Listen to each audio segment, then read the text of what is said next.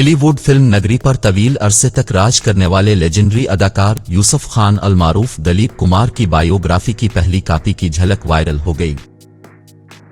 दलीप कुमार के मैनेजर फैसल फारूकी ने अपने तस्दीक शुदा ट्विटर अकाउंट पर एक वीडियो क्लिप शेयर किया जिसमें एक खातून के हाथ में लेजेंडरी अदाकार दलीप कुमार पर लिखी गई किताब मौजूद है।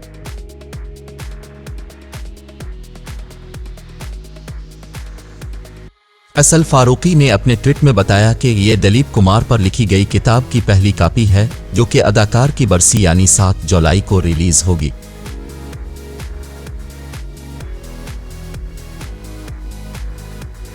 इन्होंने अदाकार के दुनिया भर में मौजूद मद्दाहों के प्यार के लिए शुक्रिया भी अदा किया। फैसल फारूकी ने मजीद कहा कि एक मुसन्निफ के तौर पर यह मेरा आगाज है।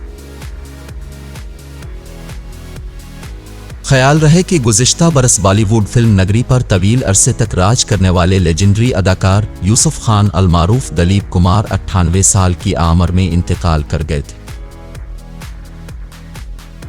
अगर आपको हमारी वीडियो पसंद आई है तो हमारे चैनल को सब्सक्राइब करना ना भूलें और कमेंट सेक्शन में अपनी राय से ज़रूर आगाह कीजिएगा। शुक्रिया।